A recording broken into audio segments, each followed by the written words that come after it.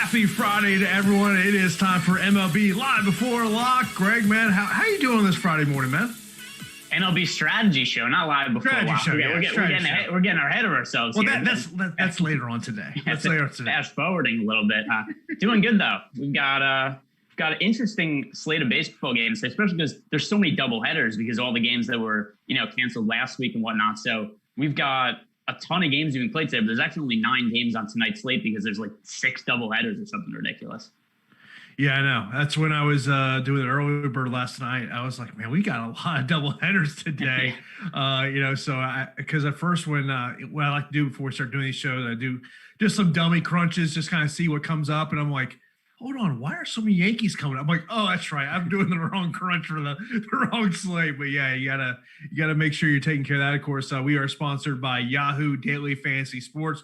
We'll tell you a little bit about Yahoo as we do go on throughout this show. But as Greg mentioned, it is a 9-game slate. By the way, if you have any questions, comments, you can leave those right here in the YouTube chat. Also over on the premium Slack account as well. As got that right in front of me. So we are here to talk about it. But before we get into what's going to happen tonight, let's talk a little bit about last night. Kind of some notable performances. I think notably, if you took a Chicago White Sox stack, you put yourself in a great position. Anderson had a homer, 3 hits, Abreu homer, 2 hits, and Carcion had a home run. So if you went with that White Sox stack last night, you did pretty well for yourself.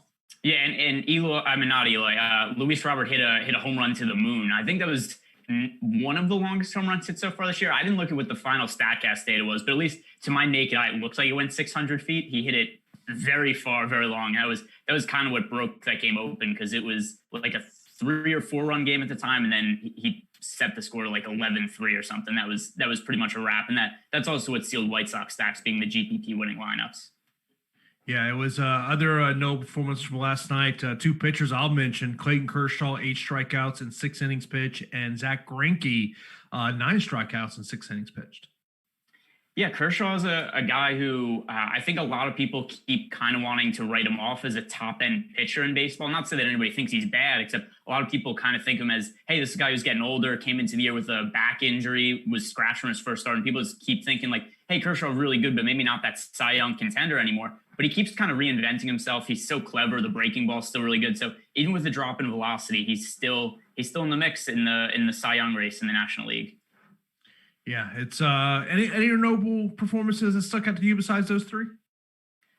I remember from yesterday. So the Mets, it's not that they scored like 1 million runs against the Yankees, but they were priced ridiculously low on DraftKings. Like almost everybody on the team was like close to min price, and it was really odd because they're going up against Jay Happ, who isn't a terrible pitcher, but he's not great either. And for some reason, like Todd Frazier was like 2,100, he homered. JD Davis was 2,800, he homered. So the Mets ended up being a really good value stack to kind of let you fit in any pitchers you wanted, just because the pricing was so weird there. There was no reason that all the players in the lineup should have been priced between like 2,000 and 2,800. Yeah, but the White Sox stack to me was my biggest takeaway from last night. If you did that, and of course, we will talk about stacks as we go throughout this show. I'll let you know free premium content today over at Awesemo.com is a MLB top stacks tool, so you definitely want to take advantage of that free premium content that we do have on the site. So we always have free premium content every day that you can check out. So, but without further ado, let's get right into it, Greg. Up first, we got the Phillies and the Mets. So the Mets do not have quite the same cheap prices that they had yesterday. They're a little bit more priced up going up against Jake Arrieta. Jake Arrieta, by no means a great pitcher, but probably about comparable to Jay Happ. So I just thought it was so weird, all those prices on the Mets, and they've kind of bounced out to more normal levels today. I think both these offenses are okay. I don't have any interest in either of the pitchers. If we look at the Mets side, I want to focus on the left-handed bats. So Brandon Nimmo has been leading off 4,300. He's viable. Robinson Cano, who's been hitting really well this year, he's at 4,600. A little expensive, except I think that he's okay to roster.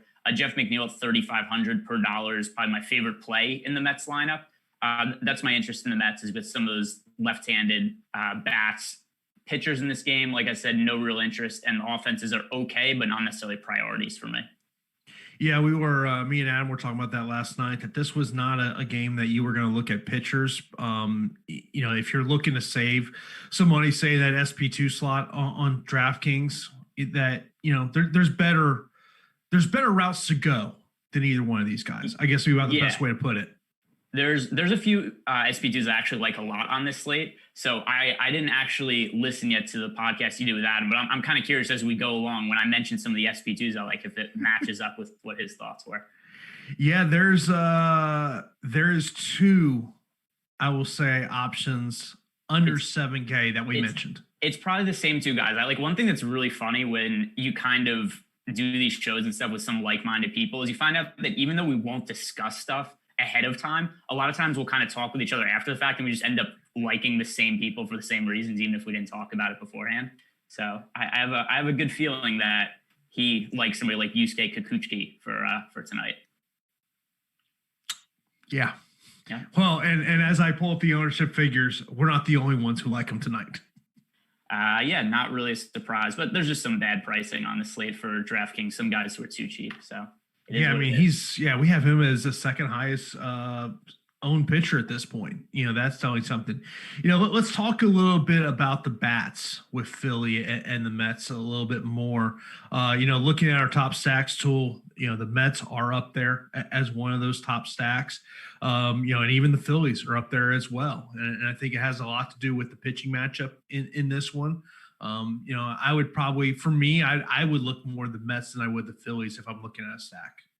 Yeah, same. I mean, I think that there's some reason to consider the Phillies bats just because Rick Porcello stinks. Like, he still has some name value. And I kind of wonder, like, where would he be if he didn't have that 1 year where he like unjustly won a Cy Young, right? Because I still think that's carried him to so many other teams in the league where people are like, hey, let's give Rick Porcello another chance. Former Cy Young winner Rick Porcello. When, I mean, in reality, he's a 6.0 ERA this year, a 5.52 ERA last year. He's just he had one good year and it's just carried him for a really long time throughout the big leagues. He has gotten a little unlucky this year because he's a 389 BABIP, but he gives up a ton of hard contact. So I think it stands to reason that his BABIP is going to be a little bit higher than normal at this point in his career, and that's what we've seen over the last few years also. So on the Phillies side of the game, yeah, like there are guys we could roster. The issue is just they're really expensive. Like Bryce Harper, 6,100, JT Realmuto is 5,200. If we get down in the lineup, like Jay Bruce is a decent one-off because of his power upside at 2,700. He's a cheap guy who has potential to homer. It's just hard for me to reason Philly stacks because of how expensive some of these guys are. And there's just offenses that I do think are overall in better positions. Yeah, that was kind of my thing with the top. When you look at the top two salaries of, how do you create a Philly? Can you create a Philly stack that doesn't have a $6,100 Bryce Harper, a 5,200 JT? I mean, that to me, is how can you create a stack when, those are your top two options on the Phillies? Yeah, I mean, the other option, you just roster bad hitters at the bottom of the order. Like Hazley's 3,100, Bohm is 3,100, and it's hard for me to really want to invest a lot of money into those guys. So, like I said, I think the one guy that I'd want to have the most exposure to on the Phillies is Jay Bruce at 2,700. He always has the potential to homer and a pitcher who I think he could definitely get to in Rick Porcello.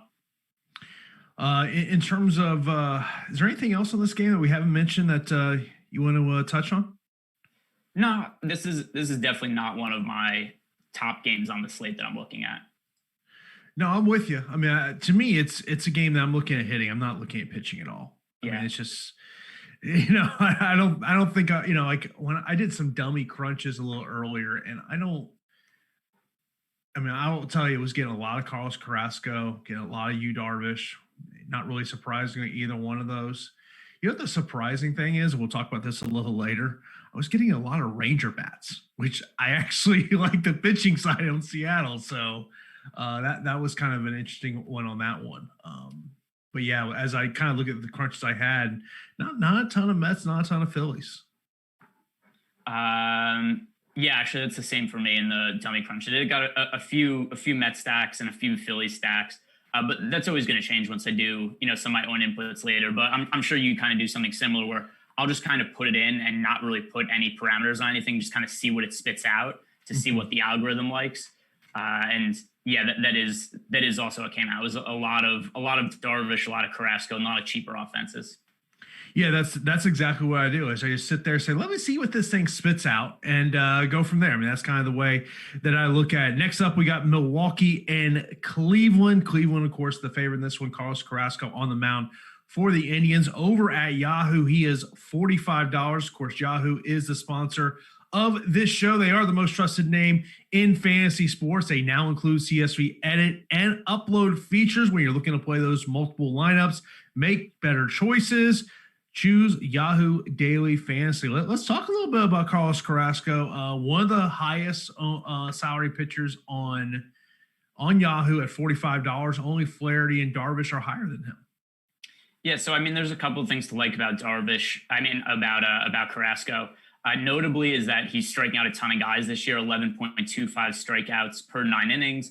And then he's going up against a team in the Brewers who, even though they have a pretty good offense, it hasn't really been on paper. It looks like they would have a pretty good offense. It hasn't been the case against right-handed pitching. They have a 73 WRC plus against righties and a 27.3% strikeout rate. So they're actually striking out more against right-handed pitchers than any other team in baseball. And then combined with that, they're just not hitting righties all that well overall. And part of the reason for that is because Christian Yelich hasn't been very good this year. Or like I keep expecting Christian Yelich to be like, oh, he's going to turn it around now and he'll hit a home run, and I'll be like, okay, Christian Yelich is back. And then he has like 2 hitless games in a row and hasn't really been able to get going. So the matchup for Carlos Carrasco is a lot easier than we would think it would have been coming into the year. So combine that with all the strikeouts that he's getting this year, and he makes for a really solid DFS option. As we look at the other side of this with Milwaukee, as it is Corbin Burns on the mound, I'm pretty sure if I remember that correctly, he was on the mound for them. And obviously I think we did the show together. It was either you or Terry when he was going up against the Pirates, and I said, yeah, give me all this Corbin Burns. And he went out there and he had a great performance, and it was primarily because of who he was pitching against. Yeah, so he's kind of an interesting pitcher, and I don't mind him as just like a low-owned GPP target because he's only projected for 3% ownership. And the matchup isn't great for Corbin Burns, but he's pitched really well this year. I mean, he's a 2.78 ERA, 2.45 FIP. As for the strikeout upside, he's striking out nearly 13 hitters per 9 innings. So going against the Indians, who are hitting much better now than they were earlier in the season, I'm willing to take a chance on Corbin Burns just because he's only projected for 3% ownership and he's so much strikeout upside. I think the pitching ownership is going to be pretty concentrated in the field today. And it's hard to really find a lot of contrarian options that I think are legitimate plays with upside. And Corbin Burns is one of the only ones that stands out there. Yeah, I mean, very favorable pricing on all platforms. You look across the board, 8,000 on DK, 76 on FanDuel, $37 on Yahoo, and a 1.85 times multiplier on SuperDraft. Obviously, SuperDraft, when you're picking your pitcher, that's kind of an interesting. I will tell you this: when I was looking at the SuperDraft lines for today's slate, there were some ones on pitcher. I'm like, man, there is some great multipliers on some pitchers out there. Carlos Carrasco, I think, is one of them at 1.9 times. When I saw that, I was like, okay, all right. I like the 1.9 times of Carlos Carrasco. That's definitely weird when you compare salaries across the industry. There's always ones like that stand out. Like yesterday, Taijuan Walker on FanDuel was the second or third most expensive pitcher, and he was the cheapest pitcher on DraftKings.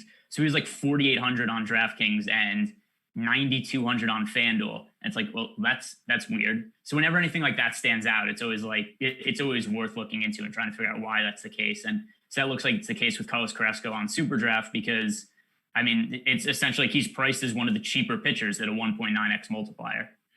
We've got a couple of those pitchers between DraftKings and FanDuel today. There's a couple in there. You're like, okay, we'll talk about Dylan Bundy, a little cheaper on FanDuel than he is on DK. So there's a couple other ones we can talk about as we go on. As we look at the bats in this one, I think obviously you look at Cleveland and looking at our top stack tool in this game, we have Milwaukee.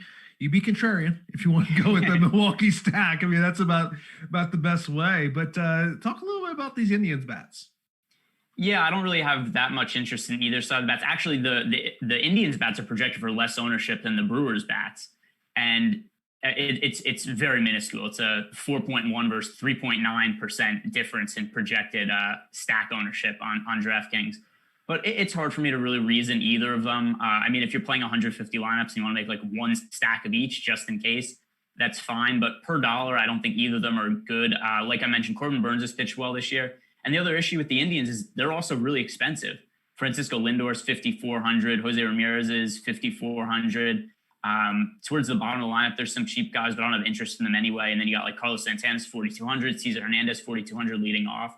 So it's hard for me to really justify playing any of these guys in what I consider to be a really tough matchup. Well, Carlos Santana's due for a home run. It's been a couple of days. You know, it's funny. I know that's not exactly referencing, but I always wonder when people ask me questions like, "Oh, this guy's due. Do you want to play him?" I'm like, "What's the difference between due and cold?" Like, I never understand the mindset on somebody like that, where somebody goes, "I can't rush this guy because he's cold," and then people go, "Well, I have to rush this guy because he's due." I'm like, "What's the difference? Where's the dividing line?" But you know, if you're rostering Carlos Santana, you know what you're getting. Like, you know it. It's a boom bust type situation. Yeah, Either he's going to get you that home run or he's not, and he's not. It's good chance it's going to be, a 0, a 1, or a 2 score. Yeah, and for me, it's going to be none because I'm not rostering him, so it's not gonna matter. He can do whatever he wants. Well, ideally, he doesn't hit 2 home runs today if I'm not rostering him. But beyond that, I'm not gonna be playing the offenses in this game. I don't think these are good spots. Yeah, and I think the other side with the Brewers DFAing Justice Smoke, kind of we'll see. Obviously they made an acquisition the other day, so we'll see kind of how that affects their lineup. I know Justice Smoke is someone that we've kind of talked about. When you're looking for a little lower value, I look at Cleveland, a guy like Reyes at 4,000. I think that's kind of if you're trying to not go after the 5,000 plus bats in this game. To me, I think he's a guy to potentially look at. I mean, Ryan Braun 3,800, but I mean, look, I think Carrasco's going to have high ownership tonight. I mean, I think it's just even though there is a lot of great pitchers on this slate that I think you can go with, I still think Carlos Carrasco is going to be one of the highest owned guys. Yeah, for sure, and that's definitely what our projections look like early in the day. I think one of the questions is, when we get to him, is who's the preferred option between Carlos Carrasco and Yu Darvish. And as of now, I'm leaning a little bit towards Carrasco because he's $800 cheaper and is projected for 13% less ownership. Both of them are great plays, but I think a lot of people who say only build one lineup, I think will be making that decision. Do you want to roster Carlos Carrasco or Yu Darvish? And I just look at those numbers for the Brewers offense this year and how much they're striking out against right-handed pitching, and that's what tilts me towards Carrasco. I think that's an easier decision on FanDuel. Because you have Darvish at 11.2 and then Carrasco's at 9.3. So I mean, you're talking saving, $1,900 in terms of building the lineup you want to build. It's going to be easier if you go with a Carrasco than a Yu Darvish. Yeah, and I feel the same way on FanDuel and DraftKings. Even though it's only $800 price difference on DraftKings, I still lean towards Carrasco. Yeah, no, I'm definitely with you on that. Of course, next up, we've got the White Sox and the Royals. The White Sox is the betting favorite, minus 162 against the Royals. Of course, you can check out the betting lines over at Awesemo.com. Right at the top of the page, you'll see Odd Shopper. Just click on that. That'll take you to all the odds that you can check on in terms of these matchups. One of those value pitchers that me and Adam talked about is in this one. The fact that you're shaking your head, I'm pretty sure you know who I'm talking about in Dooning at 5,800. Yeah, I don't understand why his price hasn't gone up more, because he's made 2 starts at, sub 6,000 salary. I think he was 4,500 for his first start, and then he was like 4,800 or something like that for his last start. And sure, he's been priced up a little bit for this slate, up to 5,800, but he's a 2.89 ERA, striking out 13 and a half hitters per 9 innings, and he draws the Royals. The Royals have an 86 WRC plus, a 24.2% strikeout rate against right-handed pitching. This is a really favorable matchup against a pitcher who's pitching really well, and he's one of the cheapest pitchers on slate. I just don't understand the pricing here. And the other thing too is, the backstory with him is the reason that he was so cheap for his first start was because he missed all of last year due to elbow surgery. And he was a former top prospect. There was some uncertainty in terms of how is he going to look when he comes back? How many pitches was he going to be allowed to throw? His minor league numbers are all outstanding. He always had sub 3 RAs and struck out well over a hitter per 9 innings without walking anybody. His projections for the rest of the season all look good. I just don't understand the salary. And I also don't understand why he's not projected for more ownership right now. The initial ownership projection, he's only projected for 14%, which I would say is crazy, except he hasn't been all that popular for his last 2 starts when he was kind of an obvious play also. So, I mean, who knows? If this actually holds where he's 14% projected ownership up to lock, then he's my favorite play on the slate by like a pretty wide margin. Yeah, I know. I was literally just looking down, going down my list of like, okay, where's he at ownership? And then when I saw it, I was like, wow, that's kind of, especially I think when you're talking about on slates where you have 2 pitchers, him as an SP2, especially on DraftKings at 5,800, he's $30 on Yahoo. Like to me, that's like, I would imagine his ownership's got to go up as the day goes on. Yeah, especially because there's just going to be, people like me and you talking about him, people listening to the Early Bird podcast. There's going to be anybody who writes an article today for any site is probably going to be mentioning Dane Dunning. So just for that reason, it's going to drive his ownership up as the day goes on. I would like for it to stay at 14%. That would be pretty nice, but I very highly doubt it. Yeah, I mean, look at it. I mean, you've had consistent in both of his starts this year, 7 strikeouts. So you like that number, especially if you're looking to roster a Darvish, a Bundy, a Carrasco. It makes roster construction really a lot easier if you have a pitcher who's priced at 5,800. Yeah, absolutely. And I don't, like I said, I don't get the pricing on DraftKings. He's very obvious play for SP2. In terms of the hitters in this game, obviously we talked right at the beginning of the show how solid the White Sox were last night. Looking at our top stack percentage and value and ownership, they're right up there. Yeah, as they should be. They have where was that? 5.06 implied run total. There's only a couple of teams, even though this is a pretty big slate today. There's only a couple of teams with implied run total over 5. So I think a lot of people are going to look at that implied run total for the White Sox combined with what they did last night and just go back to them. And it's hard to say otherwise because they're going up against Brady Singer. He has been not very good this year, 5.19 ERA, 5.56 FIP. And the other thing, too, 25.8% home run to fly ball rate. So a lot of those balls that are hitting the air against them are leaving the park. So we have a White Sox team projected for a lot of runs, scored a ton of runs yesterday, and look like they're in a spot with a lot of home run upside today. I think that's all going to lead to driving up the ownership on the White Sox, but for good reason. They're in a very good spot.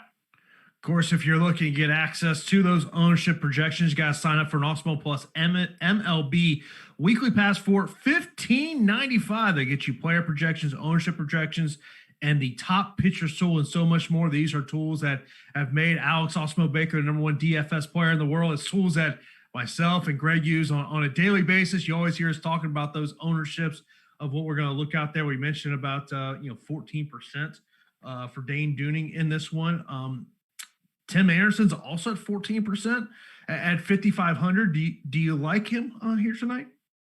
I mean, he's okay. Like, I'm going to have him in stacks. The one issue with the White Sox is they're super expensive, right? Like, you go up and down this lineup, and they are ridiculously priced. Like, they're priced as if this is a Coors Field game or something like that. And Tim Anderson's a guy, he's always hit left-handed pitching better than right-handed pitching, so that's a little bit of a concern for me in terms of rostering him. He's not going to be a priority for me, although he will make it into some stacks. That's the only real holdup I have with the White Sox is once I actually start building lineups, I'm not sure how easily they're going to fit in. So that's the one thing that has me unsure about how much exposure to the White Sox I'm going to get. In a vacuum, I'd like to have a lot of them. I just don't know how viable that's going to be. Got to mention a couple of comments over in the YouTube chat. 3 Run Shot says Dunning Kikuchi combo and all the bats. Yeah, if you want to put those two together on DK, yeah, you're going to literally get all the bats that you want there. John says, I don't mind that. Like, I'm usually somebody who pays up for pitching. Like yesterday, when I was doing the Early Bird podcast with EMAC, I said the spot for Kershaw is so obvious, and there aren't other good pitching options later. I was like, just play Kershaw in almost all your lineups. Like, there's so much security there and upside. And that's usually kind of how I go about building my lineups. But I mean, I don't necessarily think that has to be the case today just because there are these cheap pitchers that are so mispriced.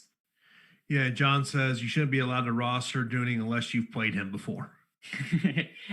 I'm fine with that rule. And you know what? According to the ownership projections, that looks like that's what it's going to be. Because if he holds up to be 14%, it's going to be the same. It's going to be the same 14% of people that roster him in his first 2 outings. Yeah, I mean, I think you gotta look at is especially if you necessarily don't want to pay up for Yu Darvish, and maybe you're hoping like, hey, maybe his salary is going to be, his ownership's going to be kind of crazy, and maybe you think, hey, maybe you think he could get rocked up a little bit, taking on the Cardinals. Of course, Flaherty's on the other side of this. These are the two most expensive, two of the top four most expensive pitchers, the top two most expensive pitchers on FanDuel. We mentioned a lot about Darvish, Jack Flaherty, 9,400 on DK, 9,700 on FanDuel, $51 on Yahoo. So if you're going to take either pitcher in this side on Yahoo, you're paying up for both of them. Yeah, and I think Darvish has to be the more favorable side. Darvish kind of looked like he was losing it a couple years ago, and he's totally reinvented himself with the Cubs. Two big things about him, most notably that the walks aren't an issue anymore. 2 years ago, he's walking 4.72 hitters per 9 innings. That's always been a little bit of a problem with him. And now he's just throwing a lot more strikes, only 1.67 walks per 9 innings with the Cubs this year. The home runs are also way down. It was an issue for him last year, 22.8% home run to fly ball rate. This year, only 6.5% home run to fly ball rate. So all that equals to Darvish being maybe the favorite to win the NL Cy Young right now. It's probably either him or DeGrom. That would be 1-2 in the voting. So Darvish, I think, is a really strong play. The one issue, though, is just how expensive he is on both sites and how many other pitchers I like that are cheaper. So I'm going to have Darvish exposure. I assume I'm going to be a little lighter than the field on him, projected for nearly 50% ownership right now on DraftKings. I like the cheaper pitchers more per dollar. I like Carrasco more on the high end. So Darvish is going to be maybe come like 25 to 30% or something like that in my lineups, which means I like him. I just don't like him quite as much as the field does.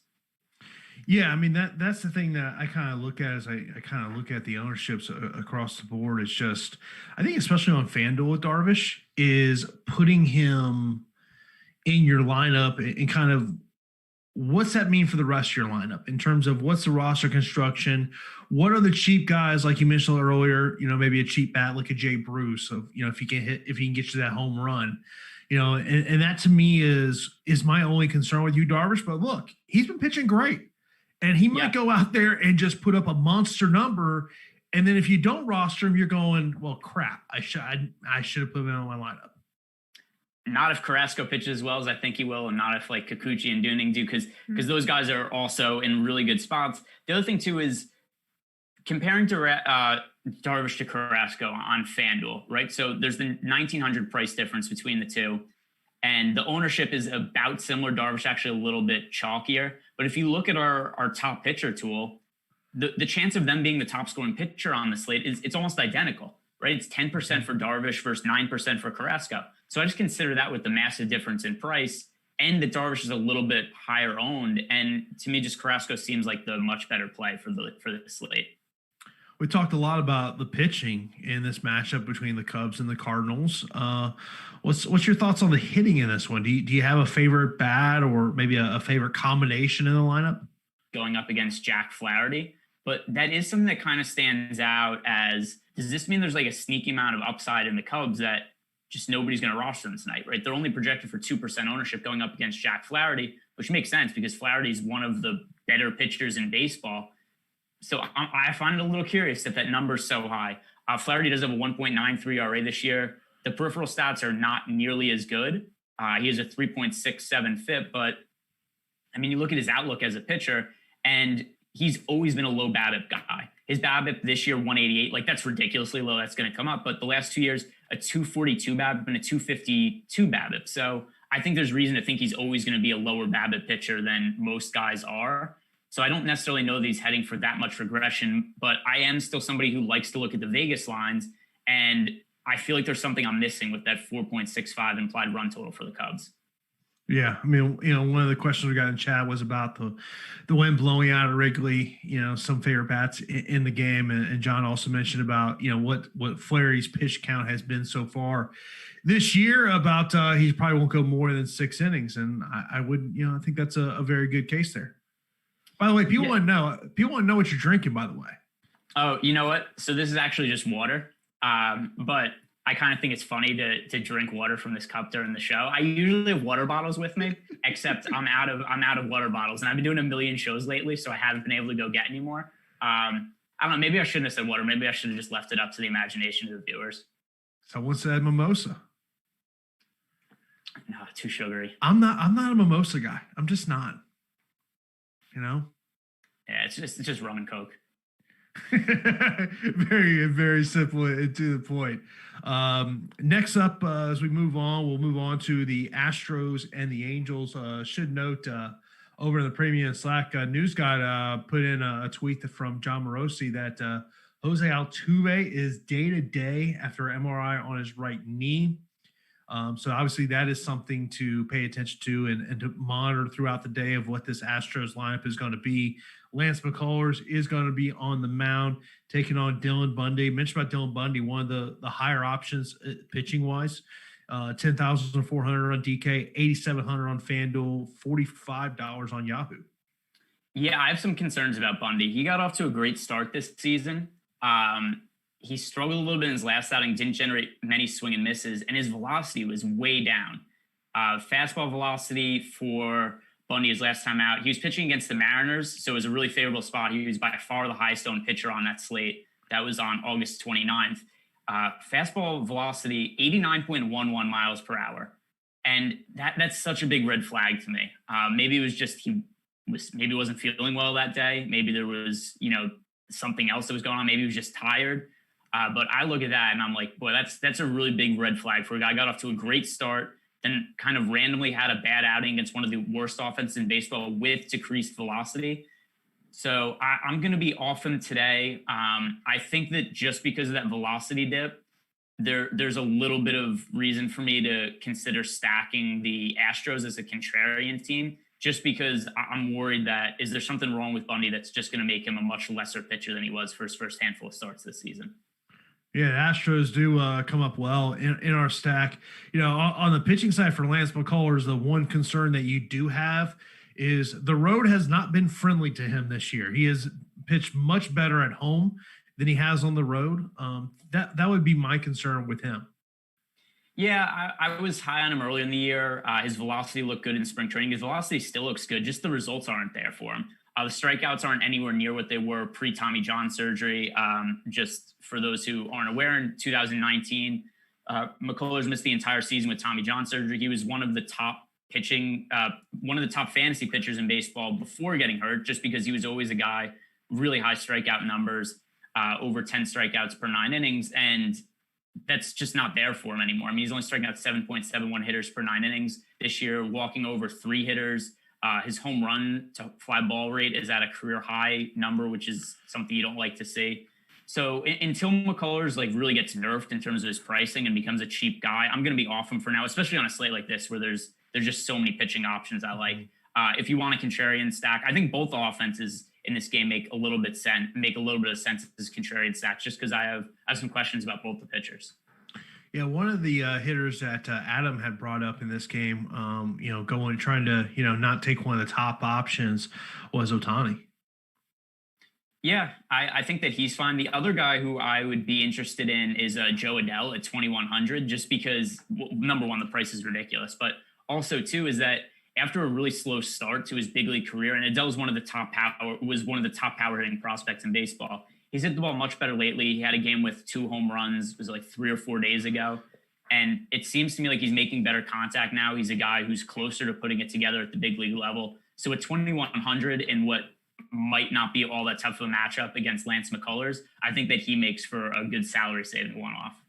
Of course, be sure to smash that like button right here on YouTube. Also, be sure to subscribe to the channel. Hit that notification bell so when you know a new video is online. Of course, we got a busy day here at Awesemo. We got the NBA live before lock, MLB live before lock. So plenty of content to check out here today at awesemo.com. Then we got the Rangers and the Mariners. We talked about, kind of what we like on the Seattle side with this in terms of the pitching.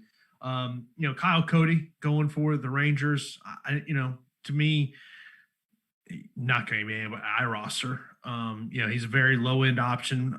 Cost you a little bit more on FanDuel. I'm not sure why you would necessarily go routing him.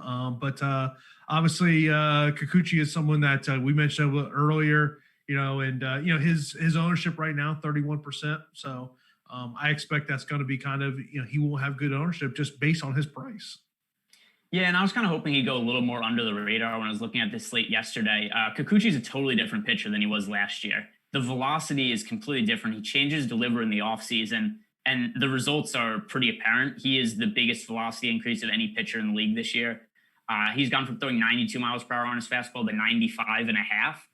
Changeup velocity, slider velocity, curveball velocity, everything's way up. His slider's gone from 86 to 92 miles per hour. So there's a couple questions here. He changed his pitching delivery. Does this mean he was hurt last year that didn't allow him to have his normal delivery? Like, he sucked last year. He was maybe the worst pitcher in baseball, and he was pretty well regarded coming over from Japan. And we've seen just such mixed results on pitchers coming from overseas where, some of them are just hits right away and they're top end pitchers. Some of them are good and then they fall off. Some of them just suck right away. So I think a lot of people just saw Kikuchi struggle last year and just assume, oh, this guy's no good. That's definitely how I felt coming into the season until I saw what his velocity was in his first outing. Now, the concern here is still that he hasn't pitched well this year, even with the better velocity. However, you look at some of those matchups, like, he has had a ridiculous strength of schedule. Mm-hmm. He's pitched against, bringing it up right now, the Astros, the A's, the Dodgers, the Padres. So on one hand, it's like, all right, the results aren't there, but how much is that just due to how difficult the matchups have been? Like, if he was pitching against weaker teams, which he has today in the Texas Rangers, what would his results look like? I have to assume they would be better. And the Rangers against left-handed pitching, 70 WRC plus, 24.4% strikeout rate. So this is a great matchup for Kikuchi. I think this is the spot to roster him at 5,700. And I will say this, if he doesn't pitch well this time, then I'm just going to assume it doesn't matter what his velocity is. He could throw 105 miles per hour and he'll get hit. But I think this is the start where he finally puts it together. I think that Kikuchi should be a quality starting pitcher going forward. That was I'm glad you brought up that point, because it's a point I brought with Adam. I said, when you look at who he's pitched against this year, tell me the worst offense. Rockies? Yeah, and the Rockies offense isn't good, except they have a couple guys that hit left-handed pitching really well. So, they have Nolan Arenado in there. They have Trevor Story. So against right-handed pitching, especially on the road, the Rockies are not going to be good. But even against lefties, they have guys who could do damage in there. So Kikuchi really hasn't been in a great spot yet. And he's been in very negative spots so far. And I'm interested to see what he could do against a weaker offense. In terms of the Mariners' bats here, obviously you would expect that, we'll see how far Cody goes into the game. So you would imagine you'll likely get, to the Rangers bullpen pretty early on in this game. But what's your take on the Mariners' bats? Yeah, I think this is definitely a stackable offense. Outside of Kyle Lewis, they're pretty cheap. I'm going to butcher this guy's name. Marmolejos. I have no clue how to pronounce it. I've watched so few Mariners games this year. But he's been batting in the middle of the lineup. He's almost min price on DraftKings. He's a good value option. He's definitely somebody I think is worth looking at. Ty France is probably going to be in the lineup. They just traded for him from the Padres. I assume that he's going to make his way into the lineup. JP Crawford's been okay this year. Haggerty. All these guys are relatively cheap. I think it's going to be a good matchup because, like you said, with Cody, number one, I don't think he's all that good anyway, except they're also going to get into the pretty weak Rangers bullpen as the game goes on. So I think this is a good spot to roster the Mariners. And let's see, what are they projected for in ownership? I assume not that much because nobody ever rosters the Mariners. Yeah, 2% projected ownership. So you could get them as a team with some upside at really low ownership. Then we got the Rockies and the Dodgers. May on the hill for the Dodgers in this one. I mean, this is the thing with him is, like, you look at his pricing. I just think he's priced too high on DK because we just haven't seen. I feel like he's priced that high because of who he pitches for, not actually who he is. So it's two things. It's who he pitches for plus his pedigree as a prospect. So everybody just expects him to be one of the best pitchers in baseball, which, I mean, could be the case going forward. He has ridiculous stuff. It just doesn't amount to strikeouts. He struck out more than 4 hitters once so far this year. And you look at his strikeouts for his last few starts, 3-1, 2-2. Like, that's just so hard to get fantasy upside out of. And that's why, even though he's a 2.83 ERA this year, he's averaging 11.7 DraftKings points per start because it's just so hard to accumulate stats when you don't strike out anybody. Mm-hmm. And I mean, there's also going to be some regression there because the underlying numbers and the low strikeouts, it's just hard to maintain an ERA under 3 when you don't strike anybody out because eventually more of those balls are going to find holes and are going to lead to hits. So I am in a spot where I do think going forward, Dustin May should get more strikeouts at some point. But at 8,700, I'm not willing to take a chance on him. It's too expensive, like you said. Yeah. When we look at the bats in this game, obviously, great options in that Dodgers. To me, every time I'm looking at the Dodgers stack, it's like, okay, who are the cheap Dodger bats I can find to team up with these expensive bats? Yeah, there's not many of them, right? I mean, No. this is a very expensive offense. The guy who I'd say is the one-off with the most upside is Jock Peterson at 3,400. He's a guy who always has potential to hit multiple homers. He's the one guy that I'd single out as a potential value bat. I mean, obviously we could stack the Dodgers. We could pay up for some of these guys.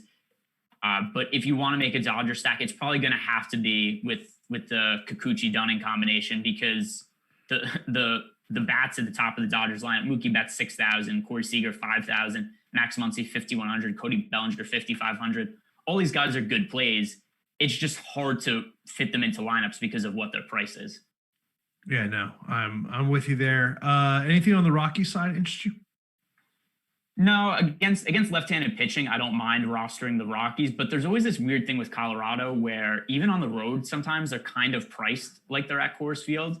And so they have a tough matchup against Dustin May, and Story's 5,300, Arenado's 5,300, Blackman's 5,600. So it's just hard for me to think of them as good plays, especially per dollar.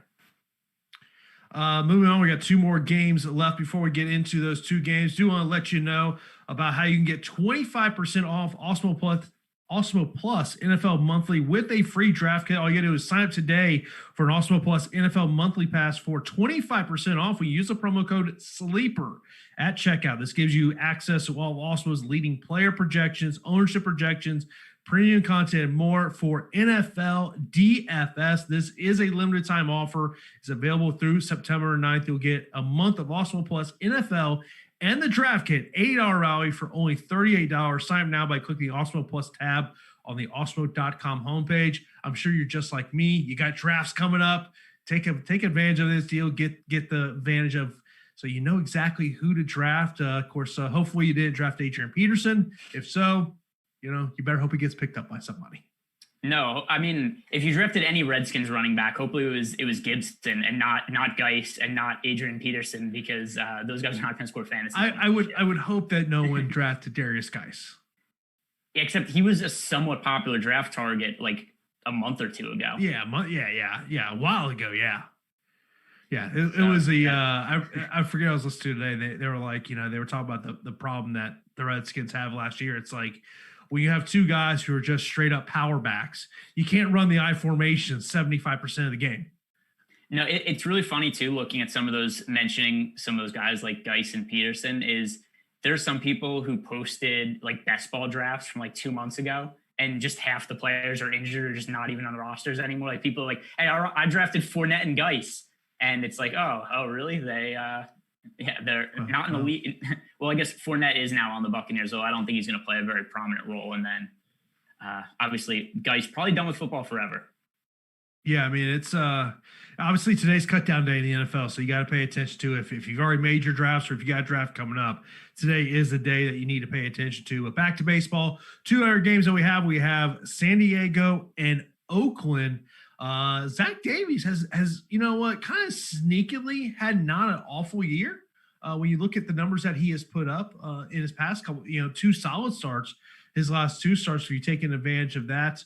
I don't know how many people rostered him when he was in Colorado at 8,700, but he did fare well in that game. Yeah, Davies is kind of a weird pitcher because he's somebody who I don't usually want to roster in DFS, but he limits the damage enough to the point where I don't want to stack against him either. So, I mean, most times that Zach Davies is in a game, it's just kind of like a cross-off for me, right? Because he's usually fairly expensive. He doesn't really get enough strikeouts to be an upside pitcher. But at the same time, he doesn't really give up enough runs to where I want to stack roster hitters against him. So I don't really want to roster Oakland, say I don't want to roster Zach Davies. On the other side, Jesus Luzardo is a guy who I've moderate interest in as an SP2, just because he's one of the top pitching prospects in baseball. He has really good stuff. He could generate strikeouts. At 7,700, I think the price is okay. There are a handful of pitchers that I've already mentioned that I like more than him, but Luzardo is a guy who I'll probably have in like 10% or so of my lineups. And if you see over at oddshopper.com, right there on top of the Awesemo homepage, you'll see that The A's are the favorite in this one. In terms of the bats on both sides, what's kind of your take? So with the A's bats, like I said, with Zach Davies on the mound, I don't really want to stack against him just because he limits the damage. And also Oakland's really expensive. I mean, Laureano, La Stella, Chapman, Kana, Olson, those guys are all priced over 4,500, so they're pricey. And then on the Padres side of the game, I don't really want to make a habit of stacking against Luzardo, even though he's really young. I think going forward, he's going to be like a number 1 to number 2 pitcher, and is probably going to be a guy who's a really strong DFS asset because I think he's going to be a guy who strikes out a lot of hitters. So I'm just never going to be targeting him very heavily in terms of against him, I mean. No, I get you on there. And then our final game of the night is the Diamondbacks and the Giants. Taylor Clark going for the D-backs, and they've got Tyler Anderson going for the Giants. Yeah, I actually don't mind the Giants as a stack in this game. One thing also of note, I wonder what Alex Dickerson's ownership is going to be because he had that 3 home run game the other day in Coors Field, and he's still relatively expensive at $3,900. It's pretty crazy. I posted on Twitter his numbers before and after that game. Dickerson went from having a career low WRC plus, I think it was like 87 going into that game, and then he had a 133 WRC plus after the game. So just because of one game at Coors Field, he went from having a career worst to a career best season, which, I mean, that'll happen sometimes in a shortened year, but still, that was how ridiculous the game was. Also, the other thing, the cowards, the Rockies, who walks somebody in the 8th inning when they already have 3 home runs? Just throw them, right? Just throw the pitch over the plate and see what happens. You can't walk somebody in that situation. So that was a little bit of a bummer. Not that it really mattered for fantasy because you needed to have Alex Dickerson to win a GPP that night anyway. But I would have liked to have seen a 4th home run. But for the pricing here, I mean, Dickerson 3,900, Longoria 39, Brandon Belt 4,000. I think there's a lot of guys who are worth looking at, and Taylor Clark at 4,800, he's just kind of a glorified opener type pitcher. He's not going to work deep into games. He's also not particularly good. The Diamondbacks don't have a great bullpen behind him. So I think the Giants make some sense. The other thing also is that Oracle Park is playing much more favorable towards hitters with the fence moved in than it has in previous years where it was just an extreme pitcher's park. Yeah, that's obviously something to pay attention to. By the way, if you do have any questions about these games, be sure to fire those up, whether it's in Slack or here on YouTube as well. Be sure to smash that like button. Really do appreciate it. Let's try to get those likes up here. Before we get out of here, of course, we'll be here for the next couple of moments. In terms of, let me just kind of look at some questions that we have kind of got here that I haven't mentioned. King Page said, do you believe the St. Louis bullpen is suspect? Let me bring up the numbers. You know, it's we talked about this a couple weeks ago now, where it's the Cardinals have been a team that's a little out of sight, out of mind, kind of, because there were so many games where they just weren't on slates because they have to think about them. Look at the numbers overall for the Cardinals bullpen. I don't know if I'd necessarily call it suspect. Like, they're pretty middle of the road. They have a 4.09 ERA as a bullpen for a team in 101 innings. Obviously, the sample size because of the limited games is a little less than other teams. I think they actually have the least amount of bullpen innings out of anybody in baseball. But it's a pretty average, middle of the road bullpen. Like, I wouldn't call it a plus or negative. It's pretty neutral. Next up, got to mention about the good splits that Upton and Trout have against McCullers. That's definitely something to pay attention to there. So one thing I'll say about that is, especially with a pitcher like McCullers, who's so much different now than he was in previous years, it's hard for me to really put too much into like BVP stats. But with that said, McCullers is much worse this year than he was in previous years. So it's hard for me to say that this is necessarily a bad thing. If anything, though, I'd be interested in Trout and not necessarily Upton, because Upton's kind of sucked this year, and he kind of seems like a guy who got his paycheck and is like, hey, cool, I'm going to play out this contract and then I'm done with baseball, because Upton's at-bats are just kind of going through the motions at this point. Like, he's been terrible this year. So that's a little bit of a concern for me, especially because he used to be really good. But I'll consider Trout against anybody, especially Lance McCullers, who appears to potentially be on the decline this season. Brian had mentioned about maybe a San Francisco stack.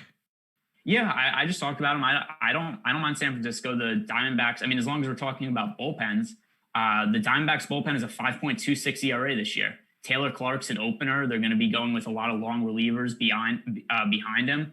And then also, like I said, the Oracle Park, they moved the fence in, and it's not anywhere near the pitcher's park it used to be. I get the Giants don't have a great offense, but they have cheap prices, and it looks to be a really favorable matchup. So I like them. Yeah. Anything else that we haven't mentioned that you wanted to get out here before we wrap up the show? I'm just going to look at the updated ownership projections for the offenses and see if there's anything that really stands out. I mean, we just mentioned the Giants only project for 3% ownership as a stack, so I think they make sense. There's really not one team that stands out as being chalky today. I think the ownership's going to be pretty spread out. So with that said, play who you like, right? Like, go through if you like. If there's an offense you really like for any reason, I think you could play them without any concern of like, oh, all these batters are going to be 30+% owned, because it's a fairly big slate. And we also have a split of pitchers where it's like, you like an expensive offense, we've got cheap pitchers you like. If there's a cheap offense you like, there's expensive pitchers to like. So especially at offense, I think you could kind of go wherever you want to. Yeah, as I think about what I'm going to really pay attention to as we lead up to lock tonight will be ownership of some of these low price pitchers that we've talked about, Dooney, Kikuchi.